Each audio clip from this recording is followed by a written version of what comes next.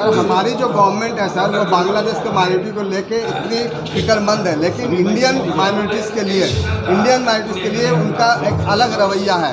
इस तरह क्यों? अगर माइनॉरिटी वहाँ भी है तो माइनॉरिटी तो यहाँ भी है।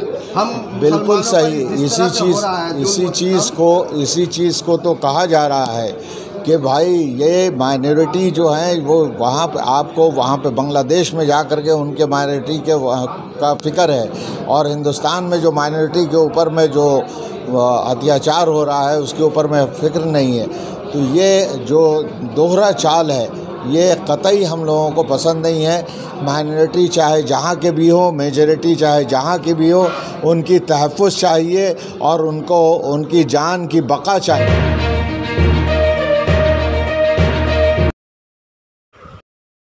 Confederation of minorities and Dalit association के जानिब से आज इंटरफेथ अलायंस ने एक प्रोग्राम का इनेकाद किया। इस प्रोग्राम का मकसद था कि बांग्लादेश में आज जो कुछ भी हुआ, वहाँ के लोगों, वहाँ के माइनॉरिटी के साथ जो जुल्म सितम ढाया गया उससे किस तरह से रोका जाए।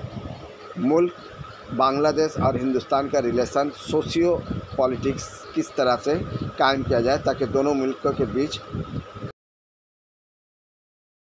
इस मौके पर इंटरफेथ के तरफ से एक प्रोग्राम में क्या कुछ कहा गया, आइए हम नासिर अहमद। बांग्लादेश का मामला हो चाहे कलकत्ते का मामला हो, ये हिंदू वर्सेस मुस्लिम का ये जो चीज़ चल रहा है, ये आपस में तमाम फेथ के, तमाम मज़ाहिब के मानने वालों को एक साथ एक बेंच के ऊपर में एक आवाज़ बन करके ये चीज़ को उठाना है कि ये सब चीज़ जो है ये कोई ऐसी चीज़ नहीं है कि हिंदू मुस्लिम हो या क्रिश्चियन मुस्लिम हो, ये बल्कि ऐसी चीज़ है कि इंसानियत का खून हो रहा है, इंसानियत को तबाह किया जा रहा है। वहाँ पे शेख हसीना ने निहत्ते स्टूडेंट के ऊपर में लाठी चार्ज करवाया, गोलियों की बौछार करवाई, हज़ारों के तादाद में स्टूडेंट्स मारे गए। ये सब क्यों हो रहा है? ये और ये कि इसके लिए उनको जवाबदेही तो उनको करना होगा। वो भाग कर के वो चली आई हिंदुस्तान, और हिंदुस्तान से दूसरे ममालिक में अपनी रिहाइश का, रहने का वो बंदोबस्त कर रही, जो उन्हें कभी भी नहीं मिलेगा। तो ये दरअसल ये बहुत ही कमज़रफ़ी है कि वहाँ पे अपने ही लोगों को, अपने ही हमवतनों को उन्होंने गोली चलाने के ऊपर में कहा, बल्कि वहाँ की मिलिट्री को भी उन्होंने कहा कि गोली चलाओ। मिलिट्री के कमांडर इन चीफ ने कहा कि हम अपने लोगों के ऊपर में गोली नहीं चलाएंगे, और ये उन्होंने सच्चाई का सबूत दिया।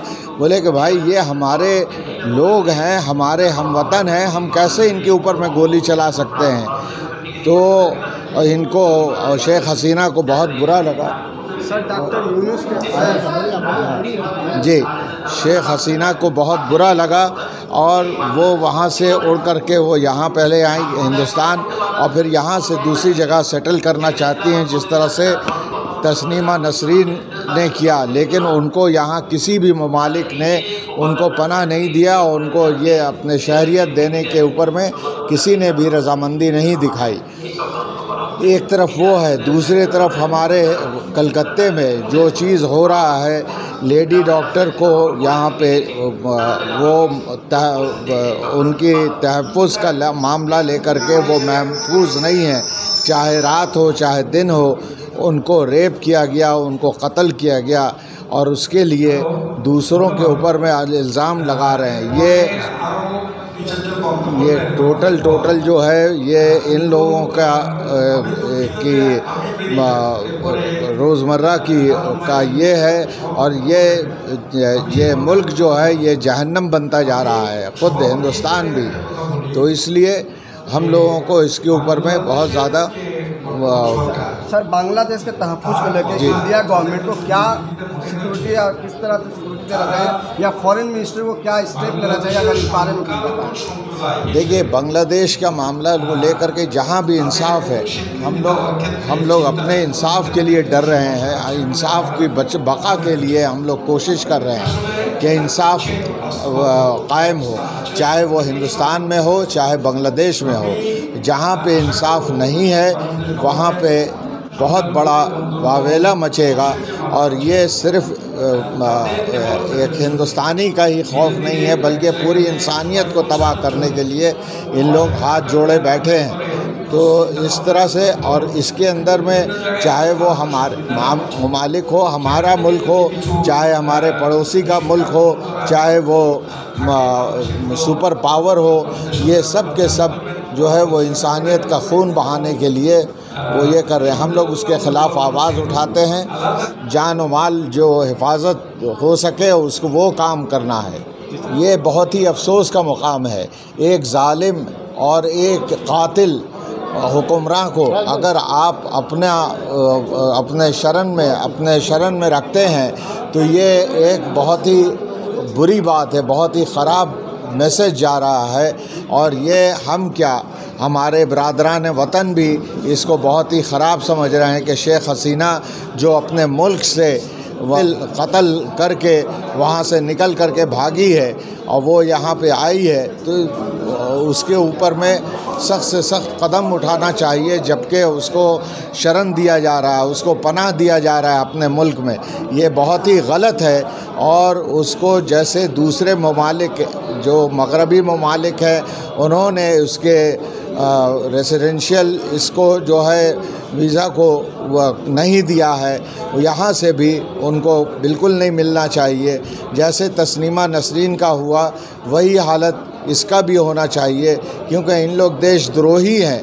इन लोग वहाँ से जो निकल करके भागी हैं, शेख हसीना, ये बहुत ही गलत मिसाल पेश कर रही हैं। এবং অসমেরও কিছু লোক রয়েছে সেখানে, তারা আক্রমণের শিকার হচ্ছেন। তার কারণ হচ্ছে বাংলাদেশে হিন্দুদের উপর আক্রমণ হচ্ছে। তো খুব দুঃখের কথা, সেম জিনিস আরও কয়েক জায়গায় হয়েছে, হরিয়ানায় হয়েছে বা আরও কয়েক জায়গায় হয়েছে, যেখানে মূলত ভিকটিম কিন্তু পশ্চিমবাংলা এবং অসমের বাংলাভাষীরা। তো কাজেই বাংলাদেশে যা হয়েছে, প্রতিবেশী রাষ্ট্র হিসেবে তাকে আমরা এড়িয়ে দিতে পারি না। একটা কথা বলবো যে বঙ্গবন্ধু শেখ মুজিবুর রহমান এবং তার কন্যা শেখ হাসিনা ওয়াজেদের প্রতি আমাদের সহানুভূতি রয়েছে। তারা আমাদের ভারতে আশ্রয় পেয়েছিলেন এবং পরবর্তীতে আবার বাংলাদেশে ফিরে যান। ফিরে তার পিতার মৃত্যুর পর এবং মৃত্যুর পর যাতে যেতে পারেননি, তার বেশ কয়েক বছর পরে তিনি বাংলাদেশে গিয়েছিলেন এবং আওয়ামী লীগের নেতৃত্ব গ্রহণ করে তিনি ক্ষমতায় এসেছিলেন। ভালো কথা। আমাদের তাকে যেভাবে অপসারণ করা হয়েছে, যেভাবে তাকে হেলিকপ্টারে চড়ে আগরতলায় আসতে হলো এবং সেখান থেকে দিল্লি গেলেন, সমগ্র প্রসেসে আমাদের ভারতবাসীদের তার প্রতি সহানুভূতি রয়েছে। আমরা মনে করি যে তিনি ভারতের একমাত্র সেখানে প্রতিনিধিত্বকারী এবং ভারতের স্বার্থ তিনি রক্ষা করবেন এবং করেছেন, এটা আমরা অস্বীকার করতে পারি না। আমাদেরকে ট্রানজিট দিয়েছেন, বাংলাদেশের ভিতর দিয়ে আমরা এখন খুব সহজে ত্রিপুরা এবং সেই সঙ্গে সঙ্গে নর্থ ইস্টে পৌঁছতে পারছি। মানে জলপথ, ট্রাকের পথ, সড়ক পথ আমাদের দিয়েছেন। আমাদেরকে তিনি দিয়েছেন মংলা বন্দর আমাদেরকে দিয়েছেন এবং আরও অনেক সুবিধে তিনি ভারতকে দিয়েছেন। তো এটা আমরা অস্বীকার করতে পারবো না। তো সেই হিসাবে তার প্রতি আমাদের অনেক সহানুভূতি আছে। তিনি ক্ষমতাচ্যুত হওয়ার পর সব থেকে বেশি কষ্ট পেয়েছিলেন ভারতবাসীরা, সে পশ্চিমবাংলায় হোক কিংবা দিল্লিতে হোক। আর আমরা আজ এটা করেছি যে আমরা কিন্তু একটা রাষ্ট্র যখন তার কূটনৈতিক জিনিস ঠিক করে, ফরেন পলিসি ঠিক করে, তো সে সবার সঙ্গে যোগাযোগ রাখে। কিন্তু আমরা শুধুমাত্র যোগাযোগ রেখেছিলাম আওয়ামী লীগের সঙ্গে এবং আওয়ামী লীগের নেত্রী শেখ হাসিনার সঙ্গে। এখন যদি আপনি আপনার সমস্ত ডিমগুলো একটা বাস্কেটের মধ্যে রাখেন, তখন সেই বাস্কেটটা ভরে গেলে কী হবে? সব ডিম নষ্ট হয়ে যাবে। তো কূটনীতির ক্ষেত্রে একটা কথা আছে, don't put all your eggs in one basket. কিন্তু আমরা সে কথা ভুলে গেছিলাম। আমরা সব ডিমগুলিকে একটি ঝুড়িতেই রেখে দিয়েছি। ফলে যখন ঝুড়িটা ভাঙলো তখন ভারতবর্ষ অসহায় হয়ে পড়ল যে আমাদের কী হবে, আমাদের স্বার্থের কী হবে, হিন্দু ভাইদের কী হবে। এটা একটা খুব বড় জিনিস যে ফেক নিউজ এত ছড়িয়েছে। সুপ্রীতিবাবু বলছিলেন অবশ্যই হিন্দুদের উপর কিছু আক্রমণ হয়েছে, সেখানে বেশিরভাগই কিন্তু হয়েছে যে হিন্দুরা প্রধানত বাংলাদেশে আওয়ামী লীগের সমর্থক ছিলেন, তাই তো? হিন্দুরা তাদের সুরক্ষার জন্য হোক বা অন্য কোনো কারণে হোক তারা আওয়ামী লীগের সমর্থক ছিলেন। তারা মনে করতেন তাদের স্বার্থ আওয়ামী লীগের দ্বারাই রক্ষিত হবে। কিন্তু মুশকিল হচ্ছে হিন্দুদের উপর যত অত্যাচার হয়েছে খোঁজ করলে দেখা যায় সেগুলো কিন্তু আওয়ামী লীগের লোকেরাই ক্ষমতা থাকার সুবাদে হিন্দুদের বাড়িঘর দখল ইত্যাদি করতে পেরেছিল, অন্যরা পারেননি। তো যাই হোক, আমি সেসব কথায় যাব না। যেটা বলবো, বাংলাদেশে একটা বিপ্লব হয়েছে।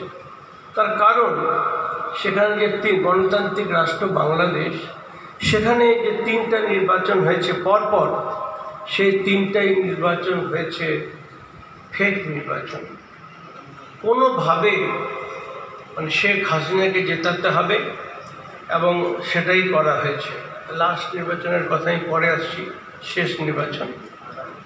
তার আগে যে নির্বাচনগুলো হয়েছে, লোকেরা আমাকে বলে, আমি তো একজন সাংবাদিক হিসেবে আমার বাংলাদেশে অনেক সাংবাদিক বা অনেক পরিবারের সঙ্গে যোগাযোগ রয়েছে। তারা বলেন যে ভাই আমরা ভোট দিতে গেছি, তখন আওয়ামী লোকেরা বলছে এরকম এক মহিলা ওনার মতো, তো উনি তো ফিলিস্তিনের একটা গায়ে দিয়ে রয়েছেন, ক্যাফায়া রয়েছেন, তার মানে উনি একজন প্রতিবাদী মানুষ। তো কেউ যাচ্ছেন ভোট দিতে, আপা আপনাকে আর ভোট দিতে হইব না, আমরা মাঝে আপনি কষ্ট করে আইতে হইব না, হ্যাঁ আপনি যান, একটা লেমনেট খেয়ে যাবেন বলে আমি লোকের একটা লেমনেট খাইয়ে তাকে পাঠিয়ে দিয়েছে যে আমরা কী করেছি, আপনার ভোটটা আমরা দিয়ে দিচ্ছি, আপনাকে আর কষ্ট করতে হবে না। তো ভদ্রমহিলা কী করবেন, লেমনেট খান বা না খান বাড়ি ফিরে এসছেন। সব ক্ষেত্রে এরকম হয়েছে। এবং এমন হয়েছে যে সেখানে হয়তো ভোটার আছে কোনো বুথে 1500, তারা জিতেছেন সেই বুথে 2000 ভোটে আওয়ামী লীগ, এটা হয়েছে। তো যাই হোক, আমি এইসব ডিটেলসে যাব না। কিন্তু শেষ নির্বাচনটায় কিন্তু আমেরিকা খুব ভালো লোক নয়, আপনারা জানেন, ভালো কান্ট্রি নয়। তারা কীভাবে ফিলিস্তিনের উপর অত্যাচার করছে, পৃথিবীর বিভিন্ন দেশের দুর্দশা, তার জন্য প্রধানত দায়ী কিন্তু হচ্ছে আমেরিকা, মার্কিন যুক্তরাষ্ট্র। কাজে আমি তার প্রেস করছি না, কিন্তু আমেরিকা, ইউরোপিয়ান ইউনিয়ন, যারা মুখে অত্যন্ত গণতন্ত্রের কথা বলে, তারা বলছে এবারকার নির্বাচন কিন্তু আগের মতো হইব না, এবারকার নির্বাচন ফ্রি অ্যান্ড ফেয়ার হতে হবে। কিন্তু মুশকিল হচ্ছে শেখ হাসিনা কুল পাচ্ছিলেন না যে ফ্রি অ্যান্ড ফেয়ার ইলেকশন হলে তো আমার জেতার কোনো চান্স নেই, আমি তো জিততে পারবো না। কারণ আওয়ামী লীগের, আমি খোলাখুলি বলছি, যে জুলুম, যে অত্যাচার, যে দুর্নীতি, যে মানুষ হত্যা, মানুষ গুম, আমি চিন্তা করতে পারবেন না তারা কী ধরনের একটা রাজত্ব সেখানে কায়েম করেছিল। আমরা বঙ্গবন্ধু পরিবারের প্রতি শ্রদ্ধাশীল হয়েও আমি এই কথাগুলো বলতে বাধ্য হচ্ছি। আর ফেক নিউজ, আজকে আমাদের কলম পত্রিকায় আমরা একটা নিউজ চেপেছি, হঠাৎ করে টাইমস অফ ইন্ডিয়া একটা পত্রিকা, জানি না তাদের তো এখানে আছেন কিনা, থাকতে পারে। তো আমার সতীর্থ তারা, আমি সাংবাদিক, মূলত আমি সাংবাদিক, তারপরে এমপি, তারপরে আমি কলম পত্রিকার সম্পাদক, তারপরে আমি মাইনরিটি কমিশনের চেয়ারম্যান, মূলত আমার পেশা সাংবাদিক। তো আমি যেটা বলবো যে ফেক নিউজ আমরা বুঝতে পারি কীভাবে ফেক নিউজ তৈরি করা যায়। একটা ফেক নিউজের কথা বলছি, আমাদের আরেকজন প্রিয় বাংলাদেশি রয়েছেন, তার নাম হচ্ছে তসলিমা নাসরিন। আমাদের অ্যাডভোকেট আমাদের অ্যাডভোকেট আনিসুর ভাই, তো আনিসুর ভাই জানেন তসলিমা নাসরিনকে, আমাদের খুব প্রিয় লেখিকা তিনি। তো তিনি একটা ফেসবুক পোস্ট করেছেন, তিনি বলেছেন যে এই বেটারা কিন্তু একবার রবীন্দ্রনাথের মূর্তিও ছাড়েনি, রবীন্দ্রনাথের মূর্তিও ভেঙে দিয়েছে। রবীন্দ্রনাথ আমাদের চিন্তায়, আমাদের চেতনায় কবিগুরু আছেন, জি আমাদের চিন্তা চেতনায় কবিগুরু আছেন, তার মূর্তি ভেঙে দেখা গেল, মূর্তি ভেঙে পড়ে আছে। তো সেটা আবার আমাদের এবিপি আনন্দ খুব বড় করে ছাপলো, তসলিমা নাসরিন বলছেন মূর্তি ভাঙা পড়ে রয়েছে। শুনলেই তো মনটা কেমন খারাপ হয়ে ওঠে। কিন্তু মুশকিল হচ্ছে এটা ফেক নিউজ। তসলিমা নাসরিন দিন আর এবিপি আনন্দ প্রচার করুক এটা একটা ফেক নিউজ। এই যে মূর্তি ভাঙা, রবীন্দ্রনাথ বাংলাদেশেই মূর্তি ভেঙেছিল, সেটা ভেঙেছিল প্রায় 1.5-2 বছর আগে কোনো একটা ইনসিডেন্টে।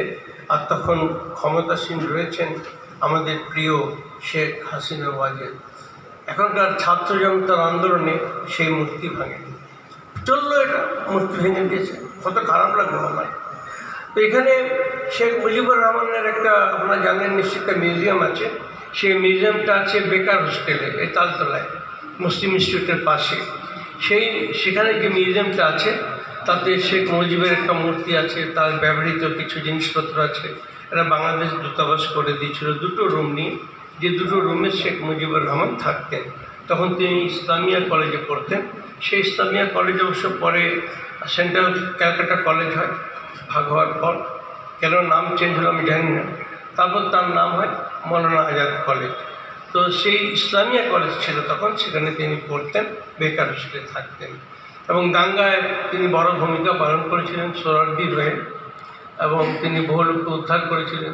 দাঙ্গার ক্ষেত্রে বিভিন্ন জায়গায় গেছেন, তার নিজের স্মৃতিকথায় রয়েছে, আজকে আমি কলমে লিখেছি সেটা। তো সেখানে হঠাৎ একটা খবর টাইমস অফ ইন্ডিয়া করলো, আমি টাইম নেব না, টাইমস অফ ইন্ডিয়া করলো, কী করলো না, সে নাম শেখ মুজিবের যে মূর্তিটা ওখানে আছে, একটা মুসলিম মৌলবাদী সংগঠন সেটাকে বলছে যে এটাকে ভেঙে ফেলতে হবে, এবং ভেঙে না ফেললে সরিয়ে না, বেকার হোস্টেলে থাকবে না মূর্তি। তো টাইমস অফ ইন্ডিয়া করলো, করার পর তো সারা এতে ছড়িয়ে পড়লো, হিন্দি কাগজগুলো করলো, ছড়িয়ে পড়লো যে শেষ পর্যন্ত আমাদের কলকাতাতেও, ঢাকায় যা হয়েছে ঢাকায় মূর্তি ভাঙা হয়েছে, কলকাতা তো হবে। আমার খুব খারাপ লাগে, আমি সাংবাদিককে পাঠালাম, সে গিয়ে বললো কোথায় কি, সব তো ঠিকঠাক আছে, কেউ মূর্তি ভাঙছে না। এবং টাইমস অফ ইন্ডিয়ান নিউজ পড়ে সেখানে বাড়ানো হয়েছে, কেন নিরাপত্তা বাড়ানো হয়েছে। একজন পুলিশ কনস্টেবল হাতে তার বন্দুক নিয়ে একটা লাঠি আছে, সেই লাঠি নিয়ে